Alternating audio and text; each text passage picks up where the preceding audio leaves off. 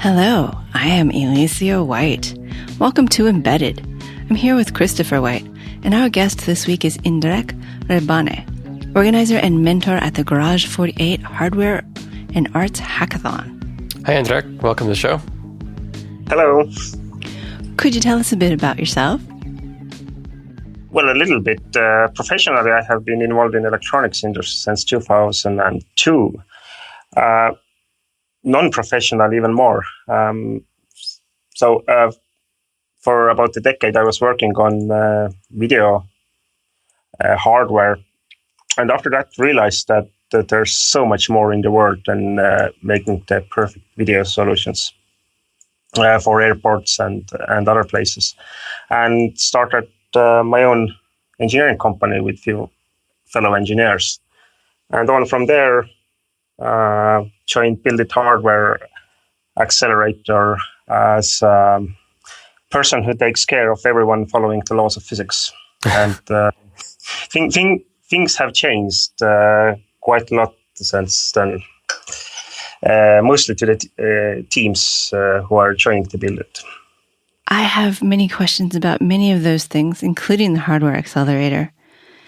But first, I would like to try a new thing. Instead of lightning round, and don't send me email, lightning round will be back. But instead of lightning round this week, we would like you to tell us either a joke or a fact that you find strangely interesting. It's more like a story. It's about how I got a bit closer with computers when I was 4 or 5 years old. My both parents worked at the Polytechnics Institute and Cybernetics department. And when I was 4 or 5, I visited my father there and then leaned against the wall. Well, it turned out it was not the wall, but it was a mainframe computer that was filling the wall. And one of the switches flipped, which I quickly flipped back as a reaction. But I had a room full of people staring at me with strange looks. And my father explaining me that this is not a light bulb, you cannot just switch it on and off. So after that, I realized that computers are a bit more interesting than light bulbs. There's lots of light bulbs strung together. What was the switch? I have no idea, but everyone was running around after that. It was one of those large Russian mainframes. Wasn't running like a nuclear power plant or anything. Probably doing some scientific calculations for oil shale industry. Okay, so you do have an accent that is different than ours, and you are 10 hours in time from where we are. So let's just cover that. Where are you talking to us from? I'm right now in Tartu, Estonia, which is quite close to where I was born. Estonia is a small country. We have about 1 million people. And we speak quite a different language. So we are next to Russia. We're next to Finland. And often people ask if Estonian language is something like Russian. And then we have to say, sorry, no, this is totally different language group. Russian language is something like English. Estonian language is completely different. So this may be one of the reasons that Finno-Ugric languages are language isolates, and they are affecting culturally quite a lot on how we think. I have found that with language lessons that learning other languages definitely enables different thoughts. Yes, it definitely is true for different assembly languages. Even for different people languages. Indeed. I can bring some examples. For example, in English, people are having dreams. In Estonian language, people are seeing dreams. Okay. And these are two quite different things. Yeah. I think yours makes more sense. And there's an old joke that the Estonian language has no sex and no future. And that's also true. Back to the dreams. Which language is it that has "we are being dreams"? Because that would be a cool language to learn. All right. Enough with that for languages, because I do love linguistics and languages and how they're different, but that's not what the show is nominally about. You are an organizer and mentor for Garage48 Hardware and Arts hackathon. Could you tell us about it? Yes. Well, first, a little bit about Garage48. Garage48 is a non-profit organization which is organizing hackathons since 2010. And so far, we have done 72 hackathons all around the world. Well, not exactly all around the world. Africa and Eastern Europe and Middle East, mostly.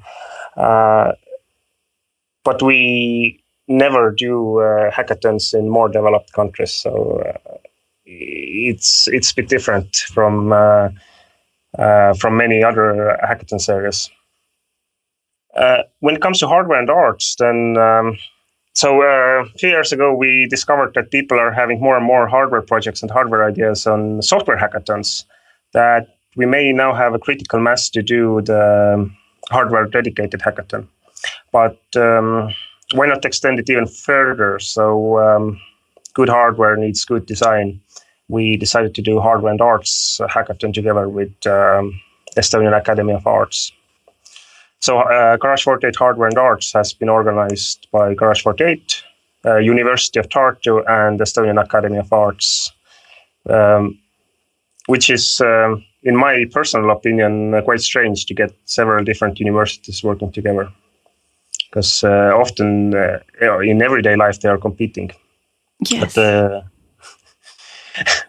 in addition to organizing universities, we have had other universities as sponsors and supporters for the event, including the Military Academy and others.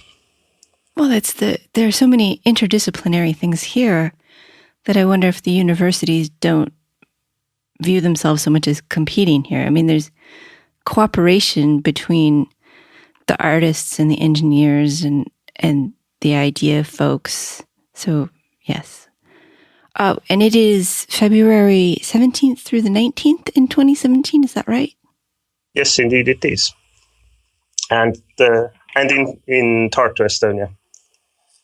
And so that's a weekend, and it's 48 hours long, and you actually use all 48 hours, don't you? Yes. It starts at Friday evening and ends at Sunday evening. Actually, once it was 49 hours because we had daylight savings time switch at the same time. That's cheating. That's cheating. Those people just cheated. But the setup is quite interesting because we don't have any preformed teams.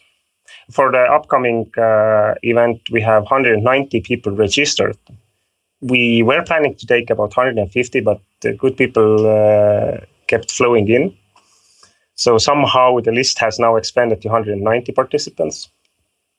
So everyone comes together on the Friday evening, and everyone who has an idea can pitch it in front of the audience. And after that, everyone can join every team.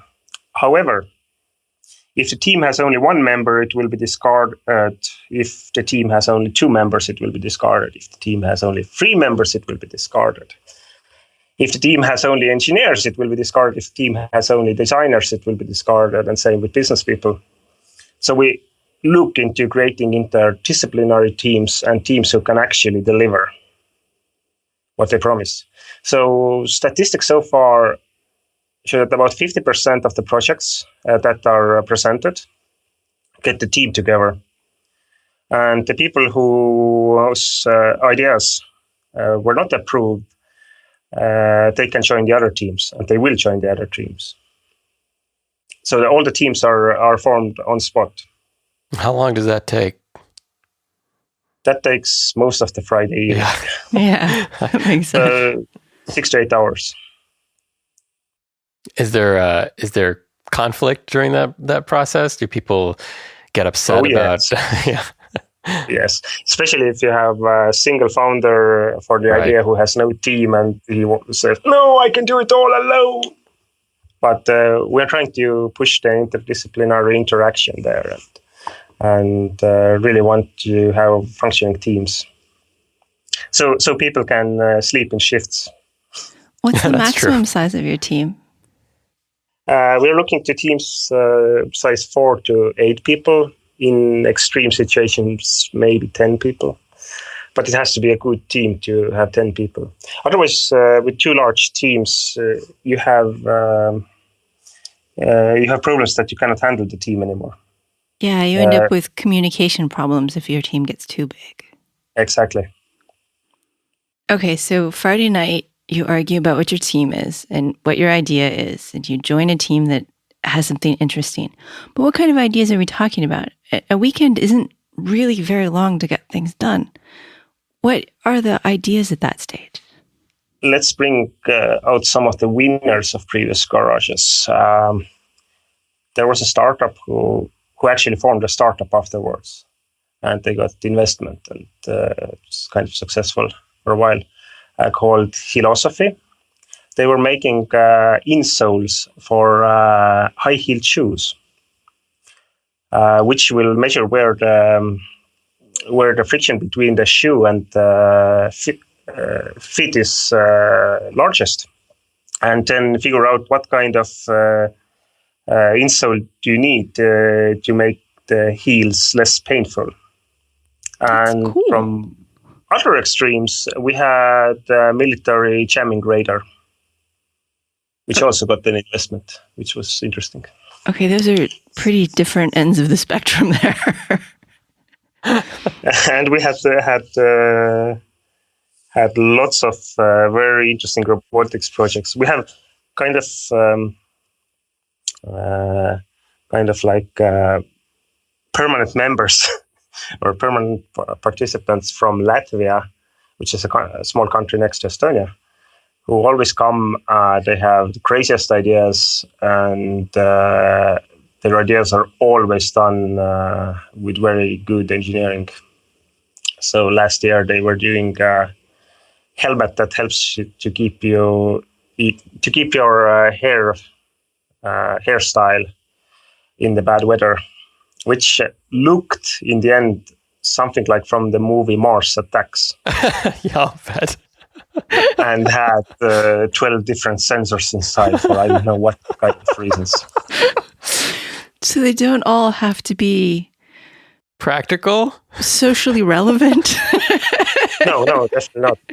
People are coming there to meet other people. People are coming there to have fun and to work under stress. And you do. I read a blog post that involved the Crazy Latvians, which I guess is sort of a team name. Do people come as a team? Do they come already sort of formed? You said there was the team forming process, but are there groups that yes, sometimes they come, but you can always join another team. Okay. In that sense. So there are no fixed teams that, okay, we are here, 8 people, we will not accept anyone else, go away. Mm-hmm. So we are trying to take care that the event is for everyone and they get the good experience. Excellent. And so they work all weekend, and then Sunday there's some sort of judging process? Yes, on the Sunday they will do their final presentation, while on the Friday they have 90 seconds to present the idea. Then on Sunday they have twice as long, 3 minutes. However, they cannot use any PowerPoint slides. Yay! They cannot use any pre-recorded videos or anything else. The only thing you can show and talk about is your working prototype. Working. Air quotes around the working.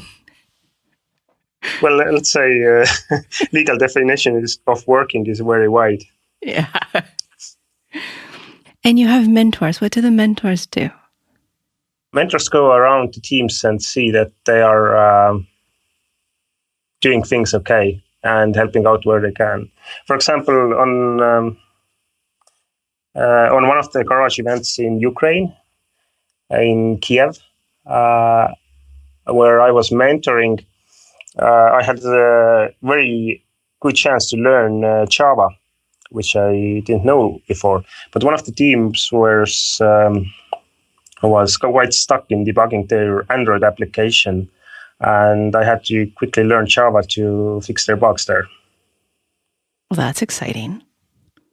I mean, but usually mentors know beforehand what their expertise is. I mean, your background is mostly electronics, is that right? Yes, but I have written quite a lot of software in my life. Yeah, sure. Figure out Java in a couple of hours in order to get the team back on track. No problem. Yeah. So the mentors don't get to sleep either, huh? No, that depends on the mentor, but some don't. So I am based in the U.S. Actually, I've lived most of my career in the Silicon Valley ivory tower of sharks. So my perspective is relatively limited. Do you know how technology and engineering and all of this is different in Estonia versus other areas or Europe in general? There is one very, very big difference. Because Estonia was part of the Soviet Union during Russian occupation, then quite a lot of infrastructure was non-existent in the 90s. So instead of repeating everyone else's mistakes, we started skipping those and re-implemented many things. Some examples. To fill in a tax declaration, it takes me about 15 minutes. I can do it online, and all the things are pre-filled, almost.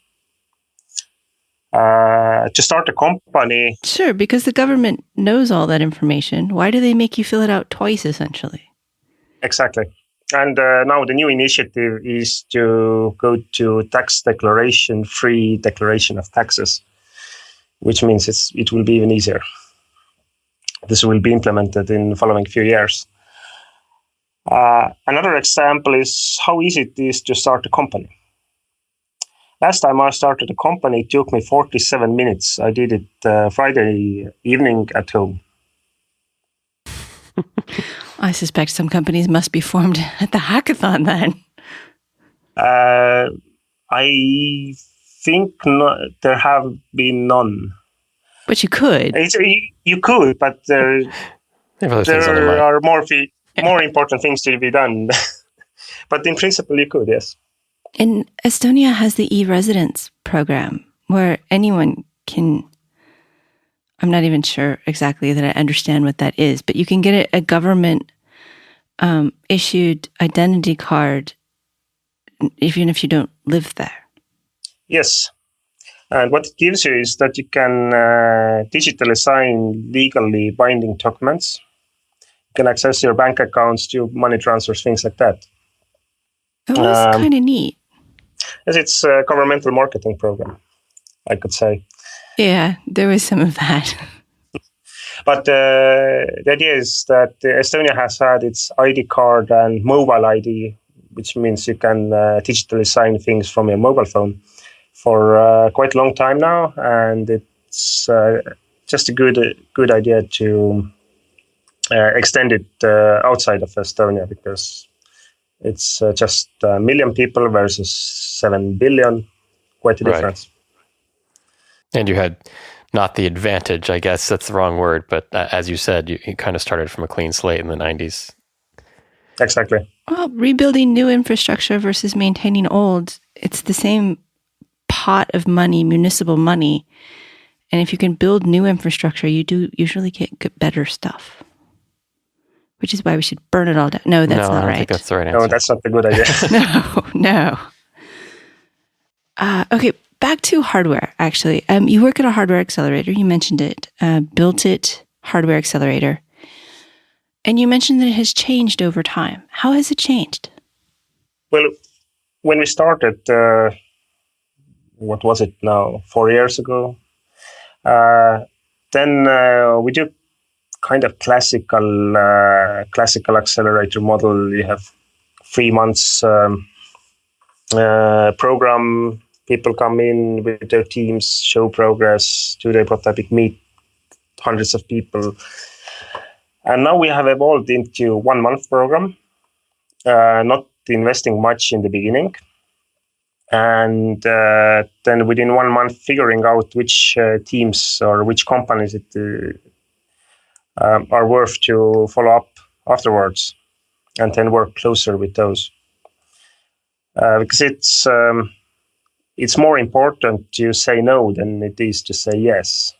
And having this early filter has proven to be a very wise decision. Do you find yourself saying no to the idea, to the technology, or to the people most often? Well, it's mostly to technology, but no to technology means things can be changed quickly. No to people means things usually cannot be changed quickly. People are hard. Hardware is easy. Yeah, but some people are not necessarily geared at this point in their lives to be founders and startups. Indeed, and then they should not be. Because if you're starting a startup, that will rob your life away, existing life away for the next 3 or 4 years. Yes. And that's hard. If I have a mortgage and family, then I would not recommend that. Microsoft pays quite good salaries, for example. If you have a nice job there, then don't start a startup. Not unless you have a burning desire for it. I mean, you have to have a huge amount of passion. So, right. Okay, so technology is one way people fall out, and people can be another way. But the good thing with ideas is that they can and have to be changed usually. It's this concept of product market fit, where to find a good fit, you have to change both the product and the market. It's hard to change the market. Not necessarily. If you don't have market yet, then it's very easy. Oh, all right. That's fair. I thought we were changing the minds of the people, not just finding a better market for our idea.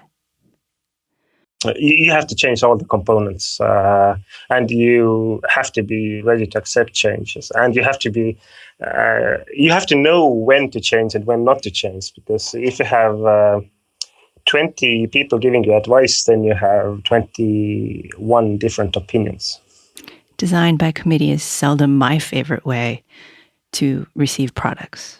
Products that are designed by committee tend to be much worse than somebody with a great idea who passionately followed through. I would say that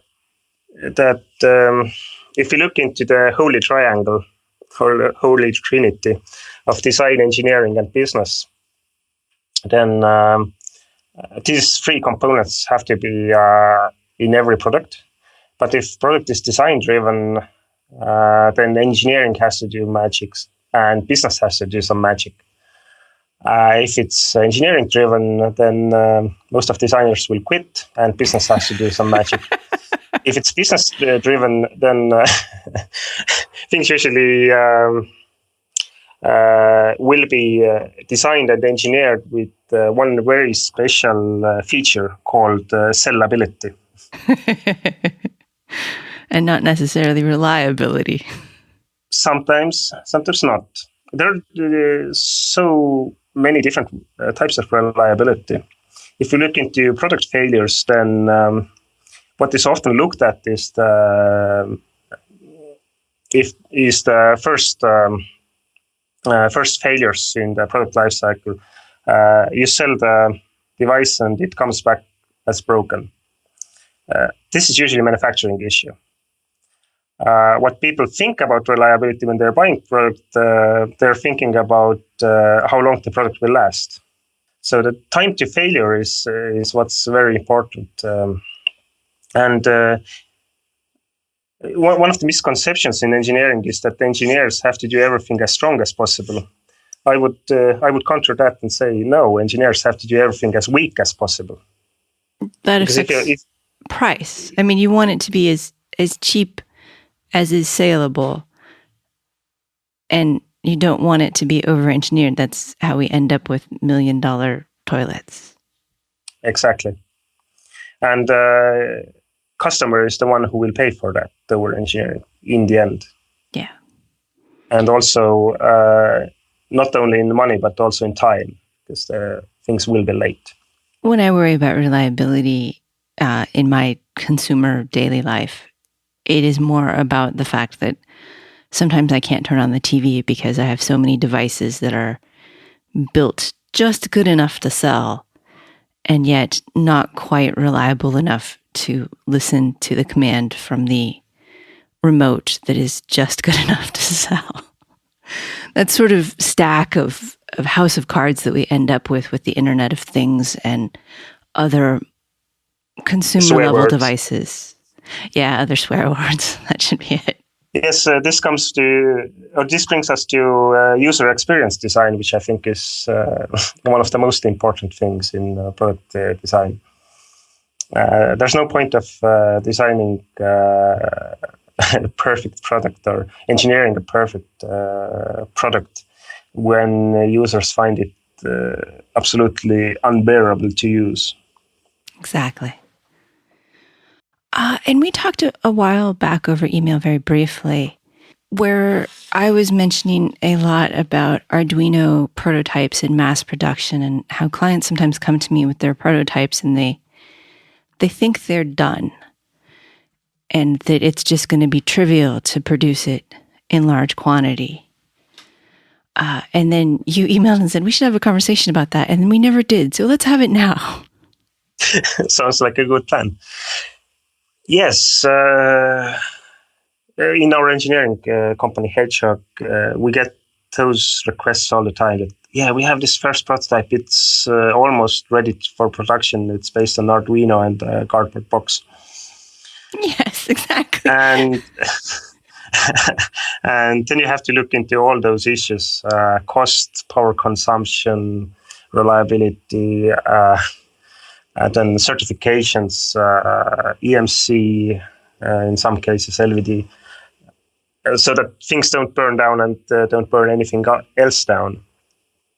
But also you have lots of issues with, again, user experience. Things need to boot fast, things need to work out of the box, things need to have upgradable firmware. And the end user doesn't need to know that the firmware is upgradable. One of the very nice user experiences is when you open some app to some wearable or other device, and for the next 10 minutes it's saying that please do not move, I'm uploading firmware to this another device. Yes, I hate that. And lots of features like that. So usually everyone wants to do something that's smaller than a dime in size, and then they come with this 10 kilo box of Arduino and resistors. That only plugs into a wall. They've never tried to make it battery. Right, we want it to last a month and be the size of a dime. Yes, indeed. Exactly. So many. And you should never change the battery. Oh, no. Because there was a news item about some very efficient solar cells. So how do you deal with this? I mean, this is a problem, and I deal with it a lot. What advice do you have for people who are dealing with such clients? We will have a quick physics crash course. And another important aspect of this this course, or let's say it's a very special discipline of physics. It's called logistics. If you're building something, then you cannot just go to DigiKey, Moser, Farnell, SparkFun, wherever, and say, I need 50,000 of those. You usually cannot say, I need 1,000 of those. Because no one wants to keep any stock of anything. It's money. And people don't like money lying around. So that brings to manufacturing planning, which is a very bad thing because people do not like to plan anything. And you hear some new surprising things that it is totally okay for a component to have a lead time of 16 to 18 weeks. Because as soon as you place the order, someone will start to manufacture that component for you. And if you think about it from the other side, if you think about being the component, then that makes total sense. Of course, I'm not going to start building you thousands of this board until I have an order for it. And yet, as somebody who is building a board, they or me are often on the side of, why can't I have it tomorrow? Yes, because if you're ordering Uber or Uber, you will get it right away. Or if you want to get some fast food, you can get some fast food. Arduino is kind of fast food analog of electronics. You can get it fast, but if you're buying a hamburger, it's a hamburger. Well, and that analogy is interesting because people can respond to that. Well, food is food, right? You know, I'm still alive eating fast food. Whereas with the Arduino stuff, you know, the argument is, oh, this thing works. I have this thing. It works. Why can't we just sell this? It's expensive. It's unreliable, and it's bad for you. Yeah. In large quantities. In small quantities, I don't want to discourage anybody from Arduino, but in large quantities, it's bad for you. No, Arduino is great for prototyping. Yeah. You can get things done very fast. It has some problems like not having the proper debugger. Right. Yes. Which is kind of essential if you want to make anything reliable or want to spend less than 2 days trying to figure out where that bug is.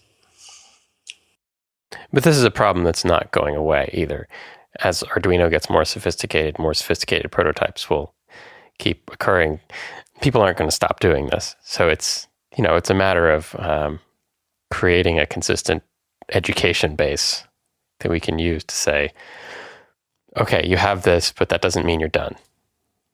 Well, you were talking about having a crash course. Do you have blog posts or slides or anything? This is all an excuse for me not to have to write this blog post, by the way. I have done some 6 to 8 hour lectures in 2 sessions. I suspect there'll be a book out soon. It's Arduino to mass production. Not that I'm writing it. But I really have not written anything down in a good and readable form. But it is the same set of features. As you say, it's firmware update. Power and reliability and ruggedness. I mean, people do bring them in cardboard boxes and you're like, no. And then sometimes they have 3D printed enclosures and you're like, that's better, but what else is on the list of things that you have to inform them, educate them? It's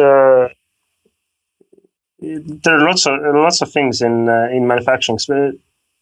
Most people are concerned of what they call the most expensive item, which is injection molding with anything that has plastics in it. And this is usually brought up because people don't have experience with it and they know that tooling costs are high. Yeah. But usually this is not a big problem. You have industrial designers who know very well how to do things, and they can get the good performance out of almost whatever is dreamt up. And I would not consider that the problem. Where the problems lie are long-term use of the product. Trying to bring some examples. On one of my slides I had from this lecture, I had nice pictures of iPhone cables, which are notorious in decomposing after a few years. And then there was issue with iPods, where they started corroding when people were sweating, and Barnes & Noble had issues with Nook e-reader when it was incompatible with sunscreen. And lots of those decisions were made because things look good or things feel good, but long-term effects in real use were not really understood.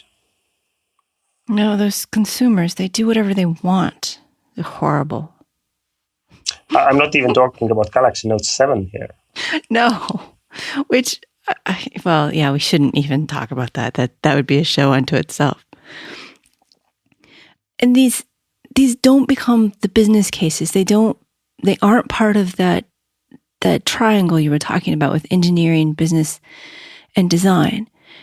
There's like this another dimension of what the consumers actually do with your product that could be totally unforeseen and yet disastrous in spots. Yes, it's kind of like on another dimension. It's called experience, maybe. And this is the black magic. There was one user experience designer who had really excellent working methods for figuring out what people want. Whenever she was, I have to explain, Estonian language does not differentiate between she and he. That's cool. So whenever she was doing the test for a new product, she went to a coffee shop and offered to, or in front of a coffee shop, and offered to buy a coffee to anyone who was willing to test a new app or new device just quickly. And feedback she got from there was amazing, because what you really want to get for introducing a new product is the first impression from the customer. This is the hardest one to get. You really have to be there. It's kind of like you have to do the hard things first. So you have to do the Arduino first because it doesn't scale. But you can get to the target really fast. You can just prototype, test, figure out what people want, figure out what people don't want, and then make some changes, make it more reliable, scale it by 10 times, and test with more people. Time to market is a huge feature. And you're talking about fast testing. That's sort of a war between the accelerator part of your job and the engineering part. Because as an engineer, things take time. But as someone trying to help people get to market, you want it to go as fast as possible. How do you deal with that dichotomy? Well, there are two ways. It's either you figure out why you will be failing, or it's you will be failing while it's too late to figure out. So often you have to, you just have to take the risk and take the risk of delaying the product, or take the risk of having bad user experience. There is no magic bullet. There is no one formula that works. If you're starting a company, it's full of risks. So in case of more complex devices, you know how much money you have. And if you know you can only do 3 or 4 prototypes, then you must put maximum in to figure out that these prototypes are what people actually want. If you have 2 years ahead, then you're almost 2 years runaway. You're almost living in a perfect world where you can do lots of user testing and hire lots of people to improve their product. But on small projects, it's always taking risks. With a 2-year runway, that sounds great from an engineering perspective, but you may miss your window and somebody else will have eaten your lunch. Exactly. So, I have many clients, or I don't have them because I don't usually work for them, but I find that many clients have kitchen sink features that they really want because it's sort of tangential but important, and they think it will be a differentiator. But I can see, just looking at their whole system, they're going to cut those kitchen sink features later because they'll cost too much. And the clients cling to these for so long, so much longer than they should, given it's clear it's not going to make it to the final design. Do you have to deal with that? How do you deal with it? Oh, all the time. Yeah. The hard thing with simple things is that you cannot put simplicity in. You have to take complexity out. There's no way around it. And the earlier you take it out, the easier. So what often can be done is you can just show the data, calculate some numbers and show the data. If you're keeping those features for long enough time, then it's going to cost you more in time and money, even before you're out with your product. So often, at least business-oriented people tend to understand numbers quite well. Yeah, that works well with the design or with the engineering and business people. Not so well with the design folks, but they don't tend to cling to these weird features for that long.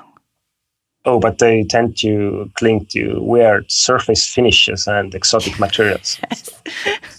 I'm sorry, you can't have it in white plastic. That's too expensive and too hard.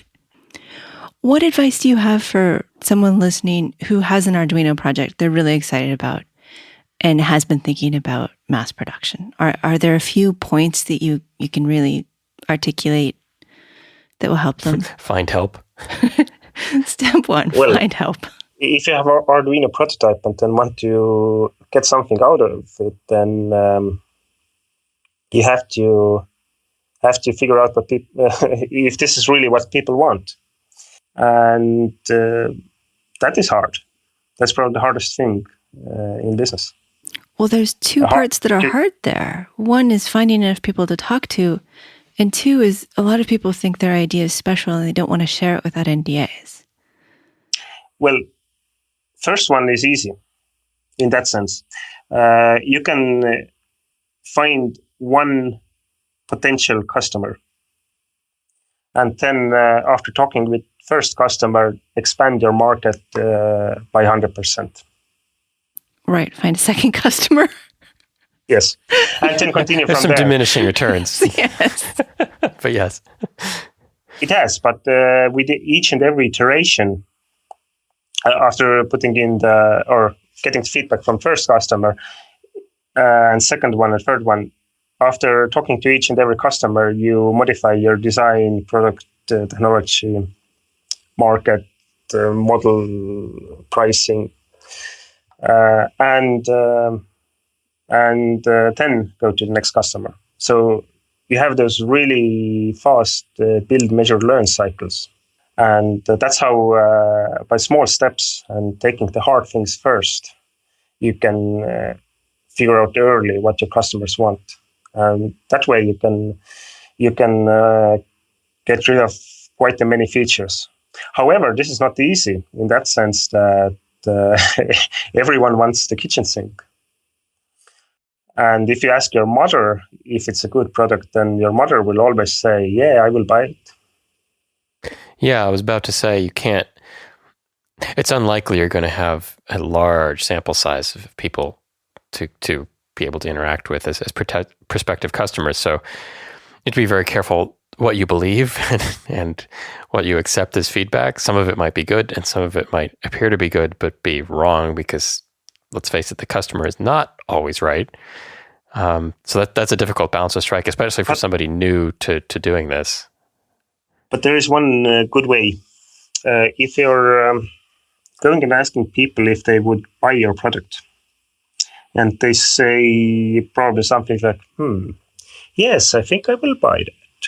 Then you should say, can I have your credit card number, please? Yeah. And then you get honest feedback. That's very interesting. Yeah.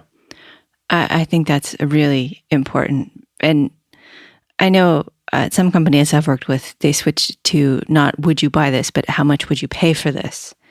And even then, if you asked them for their credit card afterwards for a lower price than they stated, they still didn't give it to you. So someone was lying there. Oh, they always are. There's a great book called The Mom's Test, written about the subject. What is it called? Mom's Test. The Mom's Test. Okay. I will find it. Link to it. By Rob Fitzpatrick. And okay, so we were talking about advice for people with Arduinos. Find a customer and iterate quickly on what they say, as long as they have good advice and not bad advice. Exercise left to the reader there. Yes. No one says it's easy. No. Well, that's the thing is people think it's easy. I think that's the difficulty, right? Because people now can do things that are amazing very quickly. And so they think it's easy, but then they hit this cliff. And I put all this work into the Arduino prototype, so I must be done. That's the hardest thing for me to battle, is this idea that they're done when they have only barely begun. You've just started. You've just proven you can do this, maybe. Do you have to worry about people who don't have enough money? All the time. How do you tell them how to estimate what they need? I'll try to say it differently. The world has lots of money. Money is lying around everywhere. You just need to find it, in that sense. If you have something that people want, then also people want to invest in it. Now, the other question is, do you want the investment? So in lots of cases, you have situations where you're not ready to be invested into as a startup. It's either too early or too late. Usually both at the same time, depending on what kind of investment you're looking for. So this is the hardest part. Often people are thinking they can just complete another weekend and they have the product that's already selling by itself, which is often wrong. And when you're looking for investment, then you're not usually looking only for money, but you're looking for experience of the investor as a mentor to you, and you're looking at the network of the investor as a support structure to you. And this maybe can be said that you only get 1/3 of investment as money if you have a good investor. So I would suggest everyone to keep away from stupid money. Unfortunately, because IoT is such a popular thing, everyone wants to invest in IoT. You have quite a lot of stupid money lying around.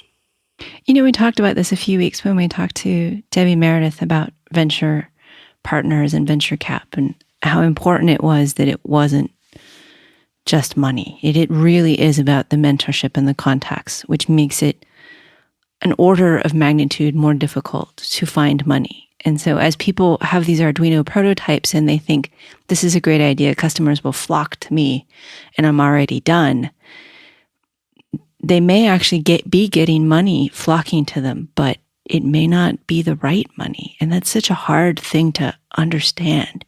People throwing cash at you, how can that possibly be bad? And yet they're buying a portion of your company and they're not giving you what you actually need. And they start to get a vote at the table about what you're doing and how you're doing things. And they have opinions and not necessarily the good opinions. It may be the bad advice. Well, stupid money probably comes with stupid advice. Wow. So that's, I thought we were going to be talking more about the technology of it, but this is very good advice. Do you have any more? Oh, you have to come to Build It to see more. And Build It's based in Estonia as well, right? Yes, it is. So I had a question about that, just in terms of production and stuff. In Silicon Valley, most of the most of the small startups that go into mass production have to, start dealing with China and production in China. Is there any difference in the relationship with China coming from Europe or Estonia? Is that the same sort of situation where, okay, you want to build 10,000, 100,000 things, let's hook you up with somebody in Shenzhen? Well, China is closer to That's true. states than it is to Estonia. We have some advantages. For example, if you're talking about sourcing something from China, then the sales agents there are working up quite late in the evening, which means they're usually working up until the end of the working day in Estonia. But because it's logistically a bit farther, then and we have quite good prototyping facilities nearby, and also production facilities, then the question would be, what do you mean by mass production? So if we look into different devices, then the term mass production is very different. If we are going to start making washing machines, then we are talking about quite a large volume and also quite heavy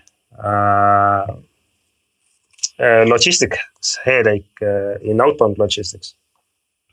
If you're talking about some mass-produced wearables, then we are talking about high volumes, but maybe 10,000 of those can be sent overnight with DHL. And the cost of each and every unit is has more value in it than a washing machine. I'm still surprised how can they make refrigerators so cheap. Yeah. And if we are talking about some more niche markets, then these usually have high value add and low volumes. So if you want anything which is made by tens of thousands, then it probably is not worth to go to Far East if it's fairly common electronics. Then because you're just losing time. It's cheaper to pay a little bit more for the component logistics than wait more for the outbound logistics from the factory. That makes sense. And also another thing is in the beginning when you're ramping up the production, then you have to sleep on the factory floor basically. And you just have to pick where are you sleeping on the factory floor. Is it close to where the rest of your team is, or is it far away? So if it's just 1 hour ride to the factory, then it's probably okay to work from your office. If it's half a day flight there, then you probably have to be there over the ramp-up period. That's something I think people in the States and the clients that I work with have trouble understanding. The need to, as you say, sleep on the you said that so much better than I did. Sleep on the factory floor. Because there's this idea that you can just ship it off and someone will replicate it with secret, crazy replication machines. Yes, I can bring one example. Just friend some time ago received order of picture frames, which was it was not well done. Half of the container was okay, but the other half was having the backs of the picture frames off by 3 millimeters in dimensions, which means they were falling off the walls. And that meant two things. First, they were running out of the picture frames to sell because they discovered it only after selling half the container full of good picture frames. And they had no one to take the responsibility for that, at least within a reasonable amount of time. This often happens in bit more complex industries as well. Making picture frames is pretty easy. So one of the problems is that factories always tend to make what you ask them to, which is not what you want. Not usually, no. And the same problem with software and computers. Computers do what you ask them to, not what you want. And that is a big problem. And so how do you explain to people who have stars in their eyes with their products and how wonderful it's going to be? How do you explain to them that there are realities without diminishing their passion? It's so hard for me when I want to say, grow up, find a business person to explain to you the realities of the money side, and maybe find a marketing person to help you understand your customers, and definitely find a manufacturing engineer, because otherwise your garage is going to be filled and this will be your life for the next 15 years as you try to empty your garage. How do you do that? How do you balance the here's reality versus, yeah, this is actually a good idea? Well, first you have to figure out the data.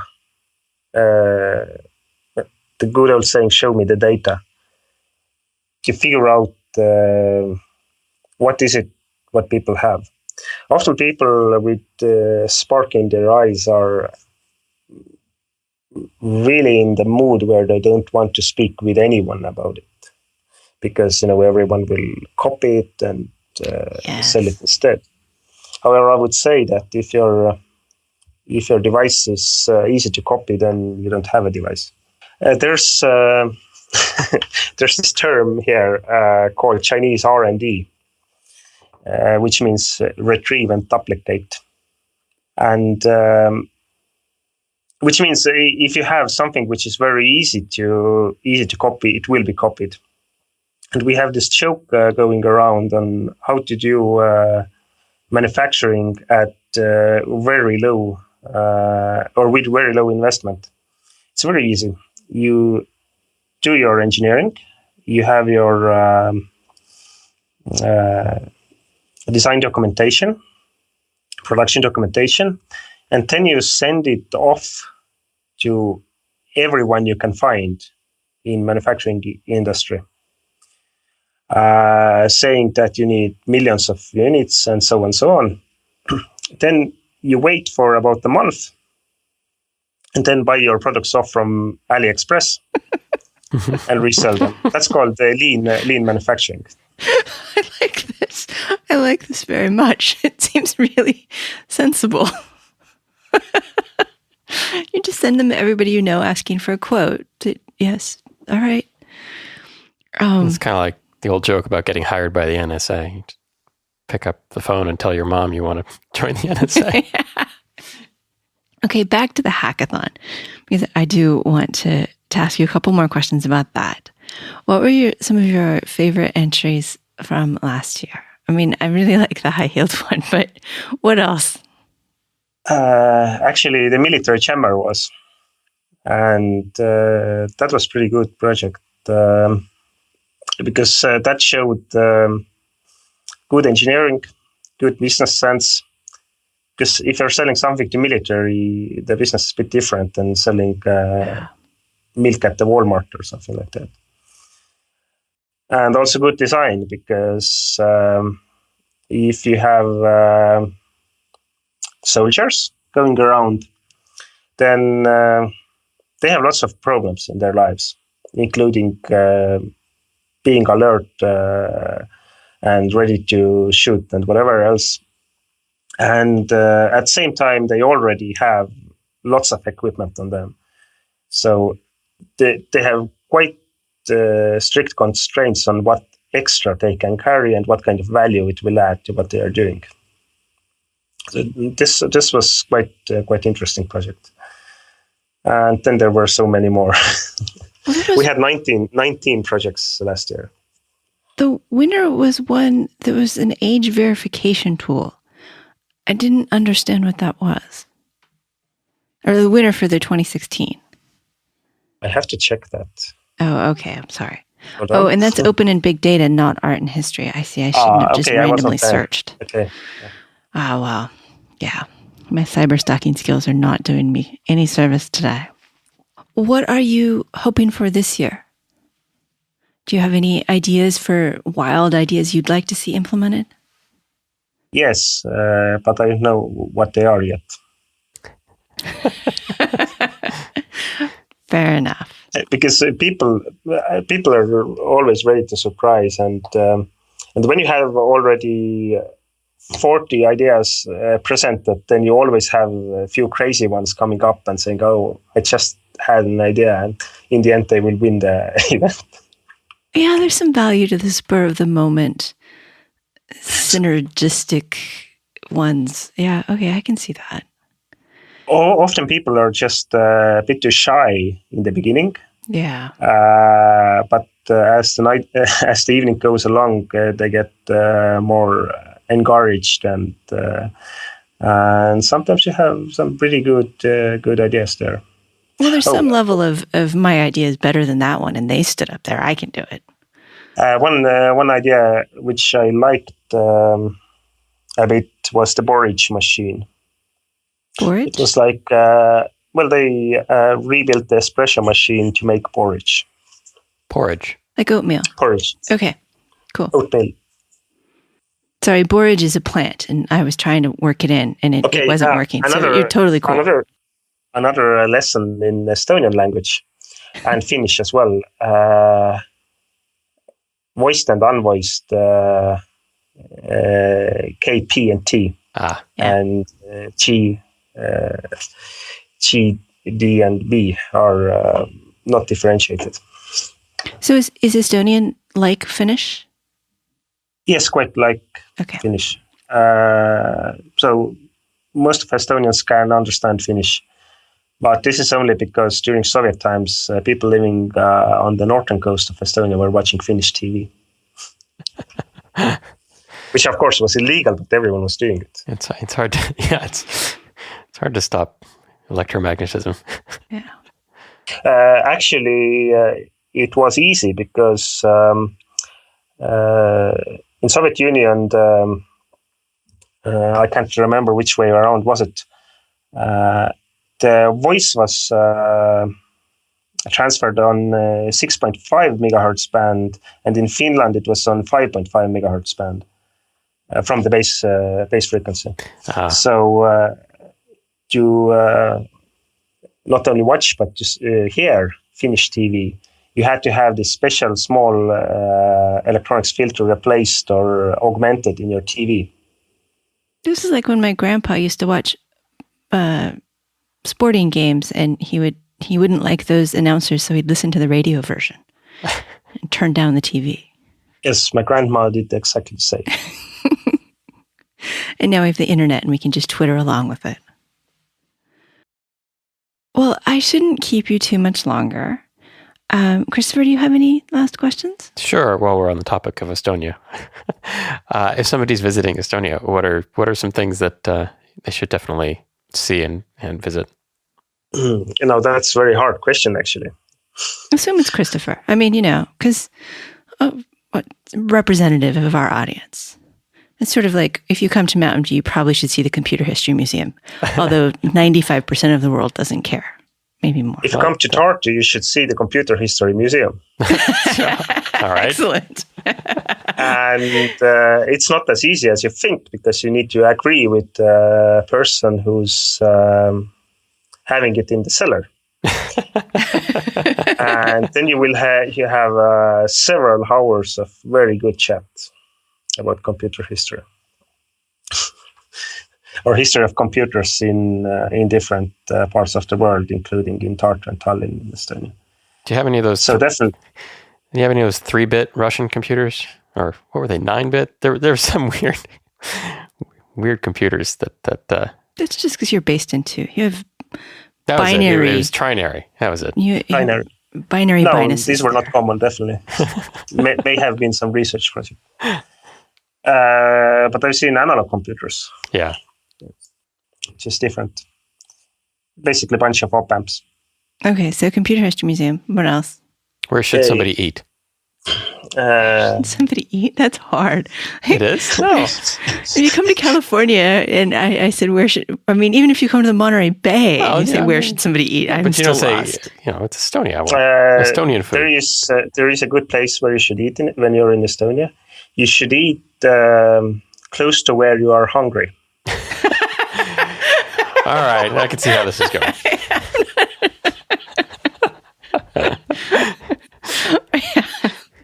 But if you're interested in history, then you can go and lurk around in some abandoned Russian military objects. That sounds interesting. That does. Military history, right. That is. And during the summer, you have some incredible ocean views. The Baltic Sea? Yes, it's not strictly an ocean. It's Baltic Sea. It's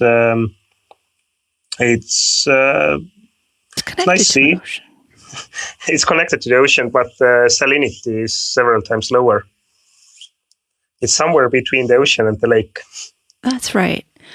On this show, you not only learn about electronics, Arduino, mass production, linguistics, now you know about the salinity of the Baltic Sea. We were building robots to go on the Baltic Sea and measure the salinity. That's why I know. Very cool. That'd be pretty cool. Which is very important for biology. All right. Well, I have to say the Wikipedia page made me want to visit because there was lots of history and lots of architecture and lots of prettiness. So, but I would try to still answer the question. Oh, okay. You should decide where you want to go when you get here. Not have this long list of places I must visit, because there are so many interesting things that if you pick just a few of them, you will be horribly biased. All right. It's good advice in general. Good advice for traveling in general. Yes, I like that. Okay. Well, what about you? Do you have any final thoughts you'd like to leave us with, Indrek? Well, yes. As we were speaking about Arduinos and prototyping and engineers, then I would repeat what's kind of motto at Y Combinator Accelerator is. If there's one thing to take from the accelerator, then it is make what people want. That's it. Make what people want. Yeah, make what people want. Without that, there's no business. That's a better advice than my usual one, which is make what I want. You're people. I'm people, but I'm not always. But there's also good news. Good news about that. It is so much easier to teach business to engineers than vice versa. As I always suspected. Our guest has been Indrek Rebane, CTO at Build It Hardware Accelerator, electronics engineer at Hedgehog Engineering, and organizer and mentor for Garage48 Hardware and Arts hackathon. The hackathon is happening on the 17th to 19th of February 2017 at the Institute of Physics, University of Tartu in Estonia. The event is organized by Garage48, the University of Tartu, and the Estonian Academy of Arts. Thank you so much for being with us. Thank you. Thank you to Christopher for producing and co-hosting. And of course, thank you for listening. Go to embedded.fm if you'd like to read the blog, contact us, or subscribe to the YouTube channel. And now, a final thought for you. This is going to be a poem from an Estonian poet who I should have asked Indrek to pronounce for me. Jan Kaplinski, is that right? No, it's Jan Kaplinski. And it's strange that you picked that because his son was in Build It Hardware Accelerator. That's cool. Now I'm really glad I picked it. The poem is titled I Fear Those, and it goes on from what I'm going to read, but I really liked the first part. I fear those who are afraid of emptiness, I fear Pascal, but not probability theory. I do not fear Roman antiquities, for they were born in Euclidean space, as we are. Embedded is an independently produced radio show that focuses on the many aspects of engineering. It is a production of Logical Elegance, an embedded software consulting company in California. If there are advertisements in the show, we did not put them there and do not receive money from them. At this time, our sponsors are Logical Elegance and listeners like you.